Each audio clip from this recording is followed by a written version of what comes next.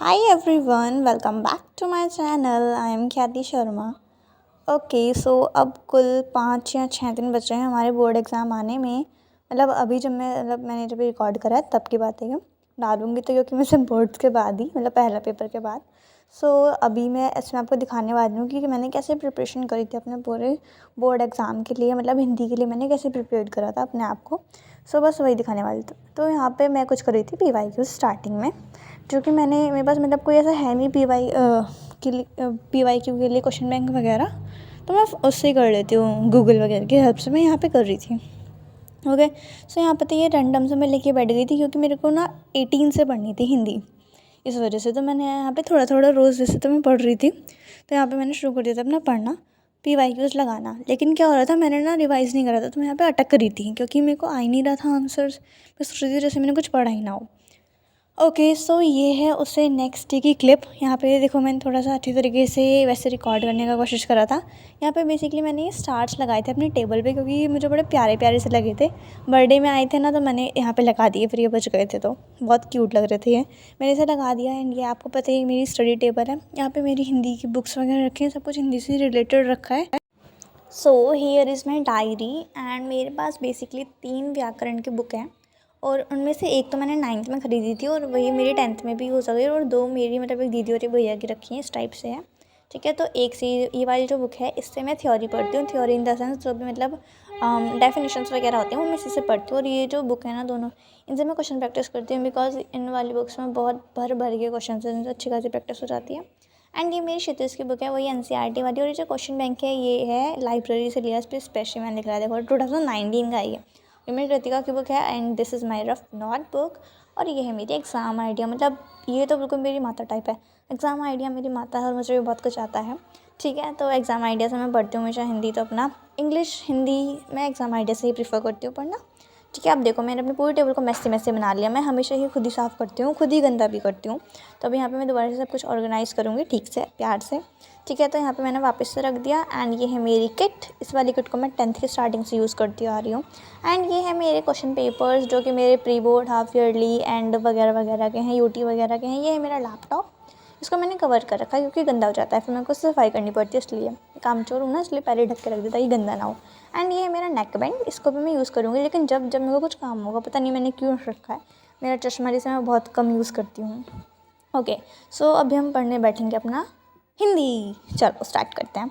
तो यहाँ पे मैंने सबसे पहले स्टार्ट करा था अपना लास्ट के जो हमारे 3 चैप्टर्स हैं ना, मेरे को वो करने थे.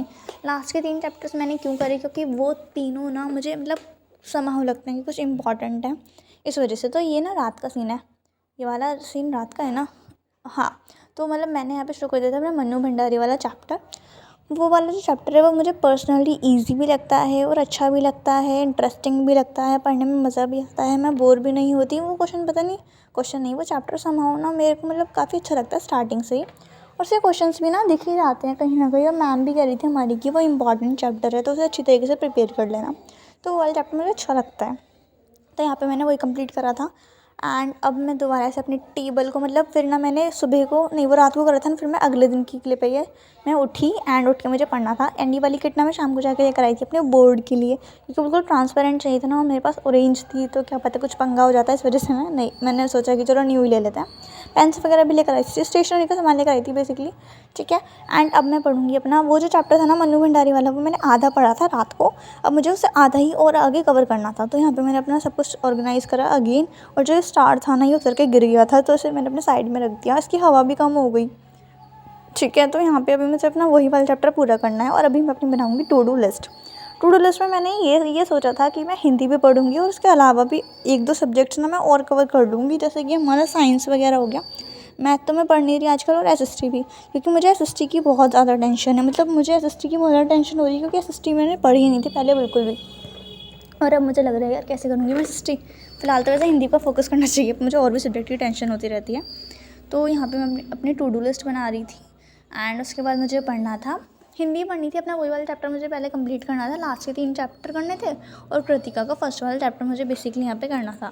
तो मैंने अपनी टू डू लिस्ट बना ली. एंड अब मैं शुरू करूँगी अपने मन्नू भंडारी वाला. मेरा हाफ़ हो गया था, लेकिन फिर ना मुझे ये हुआ कि नहीं, मैं हाफ़ मैं चाह रही थी जहाँ से मेरे को छोड़ा था ना, मेरे को वहीं से शुरू करना चाहिए था, बट मैंने ना एक बार दोबारा से चैप्टर को शुरू से शुरू कर लिया, क्योंकि मुझे ऐसा लग रहा था अगर मैं बीच में से शुरू करूँगी तो मैं पहले का क्योंकि रिकॉल करना पड़ता। तो मैंने कहा चलो ठीक है, एक बार इसे अगेन स्टार्ट ही कर लेते। तो मैंने वो वाला जो चैप्टर था ना, फिर मैंने दोबारा से उसे स्टार्टिंग से स्टार्ट करा था। बीच में छोड़ दिया था, बहुत सारे क्वेश्चंस कर भी लिए थे, बट दोबारा से मैंने उसे स्टार्टिंग से ही स्टार्ट करा था। इससे क्या हुआ, मेरे एक टाइम रिवाइज़ भी हो गया और मतलब थोड़ा इंटरेस्टिंग भी लगता है चैप्टर, तो मैं बोर भी नहीं हुई। एंड यहाँ पे मेरे को ये वाला चैप्टर कंप्लीट करने में भी मेरे 2 से 3 घंटे लग गए थे, क्योंकि इसमें क्वेश्चन कम से कम 30-40 क्वेश्चन थे जिन्हें मैं लिख के प्रैक्टिस कर रही थी। तो लिख के प्रैक्टिस करना, ऊपर से हिंदी, मतलब राइटिंग तो मेरी गंदी आ रही थी, बट मुझे ये था कि मैं स्पेलिंग्स में, वोकैबुलरी में नए नए शब्द सीखूंगी, जिससे लिखने से थोड़ा अच्छा इफेक्ट पड़ेगा। इस वजह से मैं लिख के ही प्रैक्टिस कर रही थी। और अगर मैं लिखती नहीं हूँ तो मुझे याद नहीं होता, और अगर मुझे याद नहीं होगा तो पेपर में क्या लिखूंगी। लेकिन टाइम ज़्यादा लग रहा था, टाइम कम था पर टाइम ज़्यादा लग रहा था, बट मैं लगा भी रही थी क्योंकि मुझे अपनी तरफ से 100% देना था। और मैं बाद में रिग्रेट नहीं करना चाहती थी कि यार मैं काश लिख के प्रैक्टिस कर लेती तो मुझे याद रहता। इस टाइप से मुझे नहीं करना, इस वजह से यहाँ पे मैं लिख के प्रैक्टिस कर रही हूँ। एंड फिर ये वाला चैप्टर मेरा 2 से 3 घंटे में कंप्लीट हो गया था। फिर मैंने दोबारा से ब्रेक लिया था, क्योंकि मैं ब्रेक ज़रूर लेती हूँ। और ऐसा नहीं कि 2 से 3 घंटे मैंने लगातार इस वाले चैप्टर को ही दिए थे। मतलब मैं बीच में उठी थी, कभी पानी पीने के लिए, कभी खाना खाने के लिए, तो कभी मतलब कुछ करने के लिए। ऐसा नहीं है कि मैं लगातार ही पढ़ती रहती हूँ, मैं ब्रेक ले लेके पढ़ती हूँ, क्योंकि मैं भी तो आप लोगों की तो रही हूँ, वही एक स्टूडेंट ही तो हूँ, डिस्ट्रैक्ट तो मैं भी हो जाती हूँ, फ़ोन चलाने लग जाती हूँ। बट हाँ, कभी कभी ऐसा होता है कि हमें नहीं होना चाहिए, बट मैं कर देती हूँ फिर भी। मतलब मैं बहुत ज़्यादा डिस्ट्रैक्ट हो जाती हूँ फ़ोन से, ठीक है। तो यहाँ पे मैंने अपना वही वाला चैप्टर कंप्लीट करा था। और ये वाला चैप्टर मैंने आपको कितने बार बता दिया कि मेरा फेवरेट चैप्टर है, ठीक है। ओके, सो ओके, अब मुझे इसके बाद पढ़ना था अपना आगे वाला चैप्टर। अच्छा, पता मुझे ये लगा था कि हमारे जो वो है ना क्षितिज, उसमें कुल 5 चैप्टर्स हैं गद्यखंड में। एंड मैंने ना एक चैप्टर था नौबत खाने में इबादत वाला, उसमें मैंने कट लगा रखा था।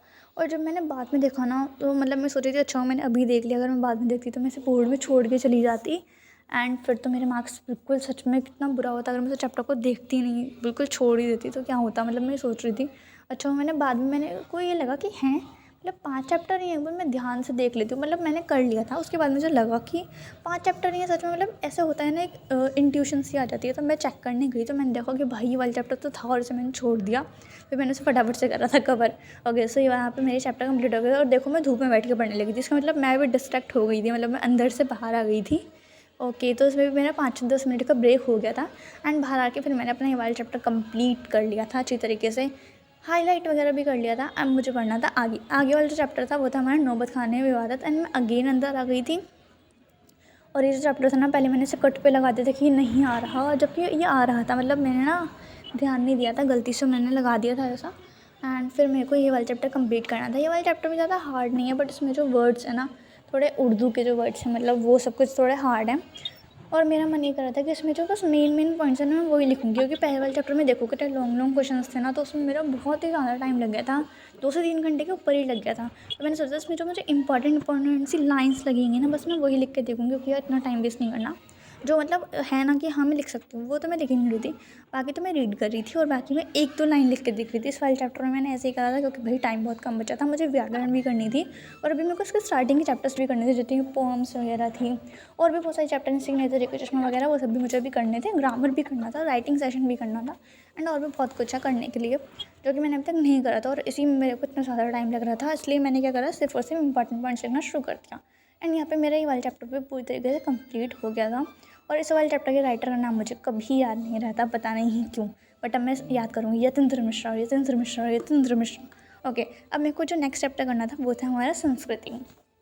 जो संस्कृति वाले चैप्टर तक जब मैं आ गई थी ना, तो मैं बहुत ज़्यादा फ्रस्ट्रेट हो गई थी, क्योंकि यार इतने ज़्यादा लेंथी मुझे ना इन दोनों चैप्टर में। मतलब सुबह को मैं बैठी थी, मुझे दोपहर हो गई थी, मतलब मैं सुबह को 9 बजे बैठी थी, मुझे 3 बज गए थे इन दोनों चैप्टर में। तो मैं बहुत ज़्यादा थक गई थी। मतलब देखो यहाँ पे मेरे कपड़े चेंज हो गए थे, बिकॉज मैं नहाई पाई थी, इस वजह से थोड़ा मैंने कपड़े चेंज कर लिए थे, ठीक है। तो ये मत कहना कि अगले दिन की क्लिप है या उसकी क्लिप है, नहीं, ये उसी दिन की क्लिप है, क्योंकि मैं दोपहर का सीन है ये। मतलब वो सुबह को पढ़ रही थी मैं, फिर दोपहर को आई थी, तब मैं पढ़ रही थी। तो यहाँ पे मैं संस्कृति वाला चैप्टर पढ़ी थी, और यहाँ पे मैं लिख नहीं रही थी बिल्कुल भी, क्योंकि इतना ज़्यादा टाइम कंज्यूम हो गया था ना मेरा, मेरे को लिखना नहीं था। तो मैंने कहा नहीं यार, अब तो तेरे को याद हो ना हो, पर तू पढ़ेगी, मतलब तू सिर्फ पढ़ेगी। मतलब अपने आप को थोड़ा सा मैं ये कर रही थी कि अपनी आदत को चेंज करूँ, क्योंकि हम कब तक लिखेंगे यार इतनी सारी चीज़ें। लेकिन देखो मैं फिर भी यहाँ पे लिख रही थी, क्योंकि मुझे एक 2 लाइन इंपॉर्टेंट लग रही थी, तो उन्हें मैं लिख के ही देख रही थी। क्योंकि होता है ना, अगर मेरे को पता है, मैं इस चीज़ में बिलीव करती हूँ कि जब हम लिखते हैं ना, तो हमारे हाथों को ना हैबिट हो जाती है उस चीज़ को लिखने की। मैं ये नहीं चाहती कि मैं सेंटर पे जाऊँ, जब मैं पेपर देखूँ तो मेरे हाथों को हैबिट ही नहीं हो लिखने की, तो मैं वो चीज़ नहीं चाहती। इस वजह से मैं हमेशा लिख के प्रैक्टिस करती हूँ। एंड दूसरा, मुझे लिख के याद भी हो जाता है ईजिली, इस वजह से। ठीक है, एक और भी तो होता है, हैंड मेमोराइजिंग समथिंग भी होता है, तो मैं उस चीज़ पे ज़्यादा बिलीव करती हूँ, इस वजह से मैं लिख के प्रैक्टिस करती हूँ।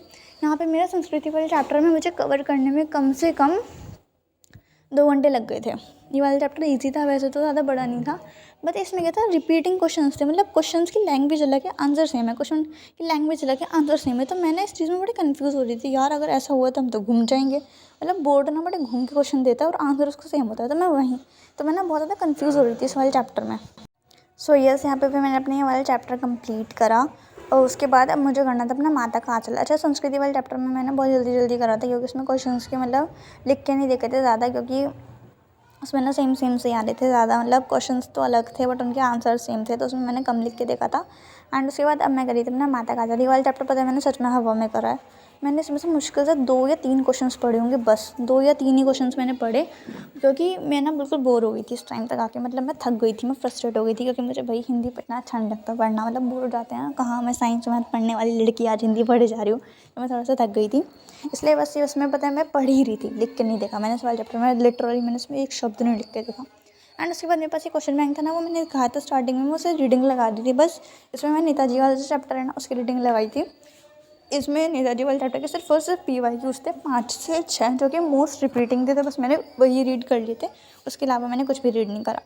ओके, सो यहाँ पे मैंने 1-2 चीज़ें लिख के देख ली थी, क्योंकि नेताजी वाले चैप्टर में और कहीं से नहीं पढ़ती, बस इसमें से 5-6 क्वेश्चंस करने वाली हूँ और कुछ नहीं करने वाली नेताजी वाले चैप्टर के लिए, मैंने यही सोचा था। ओके, सो ये तो मेरा तरीका था पढ़ने का, मैं ऐसे ही पढ़ती हूँ बेसिकली, लिख के देख लिया, रीड कर लिया, स्पेलिंग चार्ट जो थी वो लिख ली।